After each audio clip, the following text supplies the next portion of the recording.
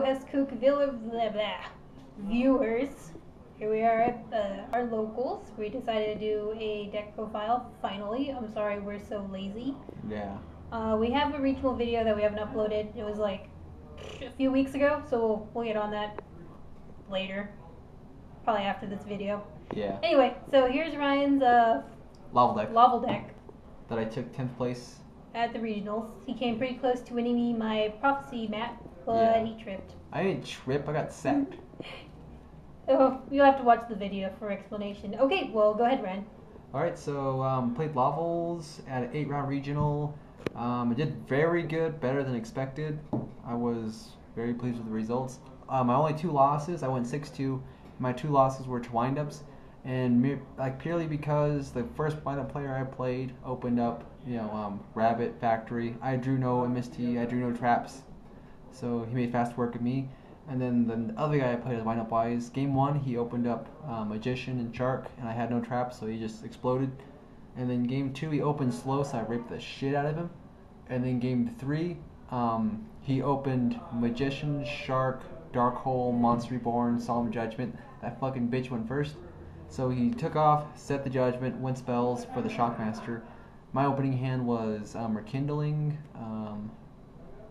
I want to say Fire Dog, MST, MST, Fossil Dyna, and some other card that wasn't important. But I could have normal the Fire Dog, attacked over his little monster, brought out level 3 tuner, Black Rose the field. But I was afraid of that back row, so all I did was set the Fossil Dyna into back row and ended my turn. And then of course he detaches. Instead of going for traps, he goes for monster effects. He summons a lot, kills my Dyna. My 2 back rows are just bluff, and he OTKs me. So I got fucked up. So Ryan's anal raping aside, yeah. Here's the deck. Yeah. So we're going to the hand trap portion. We run 3 Swift Scarecrow because he's your only way to get into shooting Quasar, and he's badass. Like, he saved me from losing games because they try to OTK me, and I'd be like, Swift Scarecrow, I live for a turn. Later, guys. You have a good evening. You too. See ya. Thanks again. So remember, SKY that one guy. SKY that one guy. Here's a shout out to this SKY that one guy. What's up? So Swift Scarecrow buys me a turn, and usually I'll have a Rekindling in hand, so next turn I'll just actually Rekindling and go off. So he's very good. 1 Gores. Gores, I noticed in the tournament whenever I dropped Gores, they weren't expecting it, and they didn't have immediate answers to it. They went minus just to get rid of this, so it helped out a lot. And then to the tuner portion of the deck, we run 3 Laval Handmaidens, and she is basically the only reason why Lavals are hella good. She's stupid. Yeah, because whenever she's sent to the graveyard, while there's another Laval beside Handmaiden in the graveyard, I can send a Laval from my deck to the graveyard. So she's immediate graveyard setup. So you go Handmaiden, Handmaiden, Handmaiden, and then any other card. So, when she goes to the graveyard, I almost count it as pluses because of this level 3 tuner, which is the Tits. And then there's this level 2 tuner, and this card is only in there because it's a Laval name. It's a level 2 tuner that I can go into Laval Dragon. And Laval Dragon is a beast. He's a 25 beat stick, and he's a once per turn Foolish Burial. And also because that spell card hasn't come out yet. Yeah, also because Sweltering Heat hasn't come out yet, or Molten Convection, whatever its name is. And then the level 3 tuners are Laval Lakeside Lady, and this card is hella badass. What's going on here? Doing a deck profile. Don't tell Jonathan. Don't tell Jonathan. And this guy, if you have 3 or more Lavals in the graveyard with different names, you can banish this and another Laval to destroy a set card your opponent controls. So people weren't expecting this. I get this in the graveyard, I take out their back row, activate Rekindling, go off, they couldn't stop me. Or I take out that face down if they had no back row, and then go Rekindling. Like that Ryko. And they couldn't stop me. So this thing sets up plays, and it's very good. Once Molten Convection comes out, I'm running 3 of these in my main deck. And then for the non-tuner portion of the deck, there's Level 1 Boost Warrior, and he's only in this deck so I can make Quasar faster. But throughout the entire tournament, an 8-round tournament, I only drew it once, and the one time that I did draw it, I just set it. Like I didn't like special summon and synchro, so I'm gonna take this guy out definitely. He was a last minute for regional. Yeah, he was the last minute addition. It was between him and it was either this guy or Chow Lin, which is like he's level 4. Like I can target back row, and if it's spell or trap, and I can go spell or trap. If I call it right, he can't activate it that turn. I like Lao Chin because like usually people just set one back row because they're afraid of heavy storm, so I'll just go like trap, and if it's torrential, like okay cool, we're kindling, and that would be good. But he was a last minute addition, and he wasn't necessary. I didn't draw him at all. Thank God I didn't draw this card. Like it's terrible. I'm not gonna play that guy. And then level 4s, Laval-wise, is Laval Magma Cannoneer, and he's only in there. I've never used his effect to pitch to do burn, but people always ask him what he does, and I had a few people just effect failure him when I summoned him. I was like, what are you, stupid? I didn't even activate his effect. But I guess, like, you know, if you really want to, like, you know, you want a normal and then test the waters and then just, like, pitch one of these to the graveyard so you can make your rekindling more live, that's not too bad. He's not a bad card. Like, my favorite thing is whenever I normal him, I would just hope, like, come on, I would wish that my opponent would bottomless or deprison it, and that happened quite a bit. And then you run 3 Fire Dog because he's the best level 4 monster in the deck. Which is what you usually want a Veiler. Yeah, this is what you usually want a Veiler. So, like, when this guy destroys a monster as a result of battle, I can special summon a fire monster. It needs to go to the graveyard, by the way. Yeah, I can special summon a fire monster with 200 defense from my deck to the field. So my favorite opening play is to, like, normal, attack over a monster, special summon the level 2 tuner, synchro into Laval Dragon, and since there's a Laval in the graveyard, I'll activate Dragon's effect at Handmaiden to hand, and then when I resolve Dragon's effect, I send Handmaiden to the graveyard, activating her effect. So I go Handmaiden, and then Lakeside Lady. Alright, and then this is for the non-rekindling portion of the deck. You can't rekindling these monsters, but I played 2 Laval Miller, and he's good. Like when he goes off, he's great early game, but most of the time I would either draw him late game and he's useless. So I'm probably going to take this card out, but whenever he does go off, he's like badass because you send 5 cards to the graveyard. So you thin your deck out 5 cards of cards you don't want to draw, and you get graveyard setup, immediate graveyard setup, because when you attack into this, you're going to send 2 Handmaidens since he's in the graveyard, and then with their effect you send 1 Handmaiden and 1 cannon, and then with the 3rd Handmaiden effect you want to send Lakeside Lady to destroy back row or like any set card. So that's the only reason why I played him, but I'm probably going to take him out now because throughout most of the tournament I set up my graveyard without the use of Miller, but it's really nice when Miller goes off because he's so convenient. And then 3 Laval Cannons. This guy is a staple at 3, especially since I'm playing Lakeside Lady. His effect is whenever he's summoned or flip summoned, I can special summon one of my banished Laval monsters to my side of the field. So my favorite thing to do is destroy back row, normal, bring out. I'll either black rose the field or I'll go into Laval Stenin, which is also a really badass Laval monster. So that's the monster portion of the deck. Onto the trap portion, you just run your standard double warning, double bottomless, 1 mirror force, and double prison. I would have went triple prison, but I went mirror force over the 3rd prison because of windups, because you know they're gonna go spam, then go ham. So I want to take out multiple monsters instead of just one.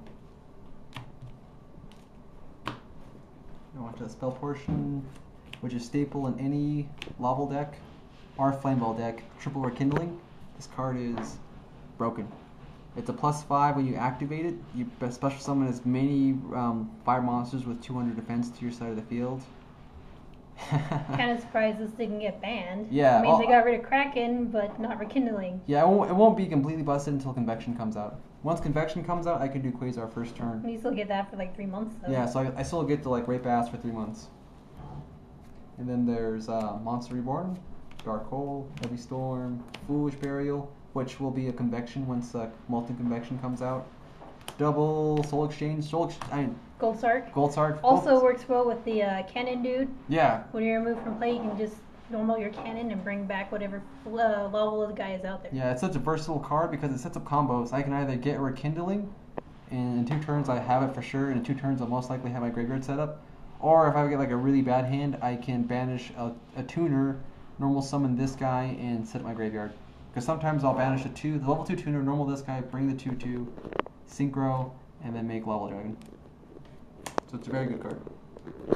And then triple MST, this card saved my ass a lot. Like, I never sided this card out. It stayed in my main deck the entire tournament. I think that's the only time I ever want to side it out is against, like, you know, frogs. Light rays. And light rays, like Monster Mash decks. But other than that, this card was needed. I absolutely needed 3 in the deck. It got rid of, like, really shitty ass, really pesky back rows. And allowed me to explode all over people's faces. And no one liked that. Yep, so, like, in summation, the main deck, you really don't have to worry about spells or traps because you have so much back row destruction with the MST's Heavy Storm and Lava Lakeside Lady. And now onto the extra deck. Extra deck space is very tight. There's my Kurt Cobain token. Yay! Courtesy of Becky. Yay!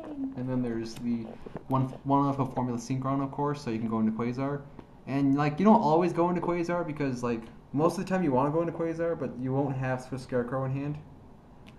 Because this guy is the only way you can make Quasar, which is why I added the Boost Warrior. But I'm taking him out because I made Quasar plenty of times with this card. And then there's Laval Dragon. This guy is busted.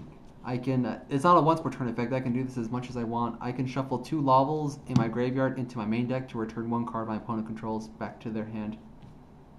This card is so fucking badass. 1 Catastor, Staple Synchro, 1 Hyper Librarian, pluses for days. This guy is also a staple in my belief. I know you guys think, hey, that's a trashy comment I got. No, this guy is like, he is a staple 5 in the Laval deck.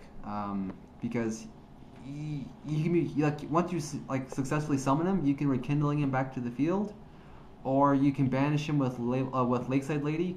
And then, like, one of my favorite things to do is to banish with the Lakeside Lady, like banish these 2 to destroy a back row. Normal summon can special summon this, and then attack for 24 and 16. And also, this guy can be brought back with rekindling because he's only got 200 defense. And his effect is really important. If you have 2 or more Lavals, it doesn't matter if the names are the same, but if you have 2 or more Lavals in the graveyard, if this card attacks a defense position monster, it can attack again in a row. And then if you have 3 or more, if this card attacks a defense position monster, inflict piercing damage to your opponent. So he's very versatile. You can bring him out early game, and then you can rekindling him back to get over like someone that's sitting behind a Marshmallow or a Jillian Duo, like Spirit Becky Reaper. Or Spirit Reaper, like just attack twice and that is 4,000 damage. I did that once at the tournament. Someone was hiding behind a Spirit Reaper. And then Laval Dragon, the best 6 in the deck. Like, he's the only 6 you play since Brio's banned. But this guy is so damn good. Like, that Ryan broke.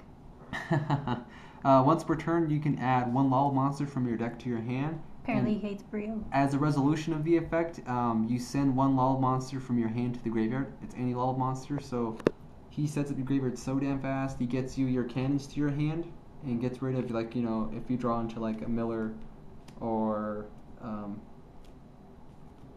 what's the other guy? Cannoneer. Such a good card. Now into 7s. There's Black Rose for good reason. Blows up the field. Staple. This guy, ancient Laval. Flameville Deity. Yeah, sorry about that. I'm probably gonna take him out.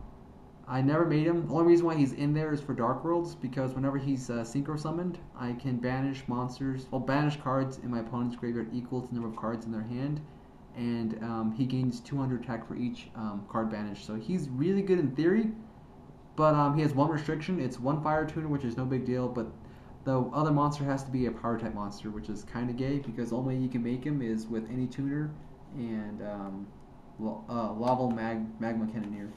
But he was only in there for Dark World, so I can get rid of their annoying Grappa. Agents. Yeah, I don't really have a problem with agents unless they bust out Christia, but Like that's me. what I have the traps for. But for the most part, I never made him the entire tournament, mainly because I never played any Dark Worlds. On to the next card, Ryan. I'll probably take him out, but I don't know though. I'll need more testing. And then 1 Laval Stenin. If I were to take this out, I would have 2 Stenins, but I kind of like him. But Laval Stenin, this guy's a BA. Like, whenever you synchro summoned, BA. yeah, he's badass. Like whenever you synchro summoned, I made this guy so much, and people were so confused. Whenever he synchro summoned, I send a card from my hand to the graveyard, and during either player's turn, when this card is targeted by any card effect, I can banish Laval to negate the activation of that card and destroy it. So he can't be Dimensional Prison, Compulsed, and those were like all the cards I saw people play, and he can't be targeted by monster effects. He was just really good. And then on to the 8s, of course, Stardust Dragon and Scrap Dragon. And then I don't actually have a shooting Quasar of my own. I borrowed one from a friend. So here's the shooting Stardust Dragon you play. Any good player will never make this card because it's too easy to get rid of him with like main deck cards nowadays. But the only reason why I have him in there is when Quasar leaves the field, you get a free shooting star, so why not? And then that would be a Quasar, but I don't have one right now, so. If you feel sorry for us, send us one. Yeah, send me a Quasar, because I need one. I won't need it until Convection comes out, but. And then there's number 16, Shockmaster. Made him a few times just to leave a lockup game. And then there's Utopia, which is just your generic 4. And I made him quite a bit. He's pretty good. So that was my deck. It did very well. Like round 1 I played against Infernities. Round 2, X-Sabers. Round 3, Windups. I beat all those guys. Round 4 I played against Windups. He beat me. Round 5 I played against Heroes. And Heroes! You rape deck, you just rape Heroes. Heroes aren't a big deal for this deck. It's like so easy. It's so I played Heroes. Round 5, and then round 6 I played Heroes again. I beat that guy. And then round 7 I played Worms, which was weird as shit. I wasn't expecting it. But Laval Lakeside Lady showed her true colors. She destroyed all of his set worm shit, so that's how I beat him. I just destroyed his set monsters, so he couldn't flip them and return cards I control. And then round 8 I played Windups, and that's the guy that fucking derped the shit. It's kind of funny. Ryan actually was supposed to play, some guy was playing like some frog deck. Oh, you might would have flipped him, and then only in Utah do they change the pairings the last round. So easy win for Ryan turns into the one he feared the most. Yeah, the Windup player, which just derped me. And the only reason why I fear Windups is only because of Shockmaster. Like, if Shockmaster didn't exist, that deck would be hella easy to beat. But because Shockmaster exists, that deck's stupid. Now everyone's gonna have one. Yeah. Well, there is Ryan's deck. I know we talked a lot, 17 minutes a lot. Ooh. Ryan took forever discussing everything like he usually does. Explain the deck. Anyway, so if you have any suggestions or if you want to sell us or trade us your, whatchamacallit, Shooting Quasar Dragon. just leave a little note or message. Yeah, so that's all.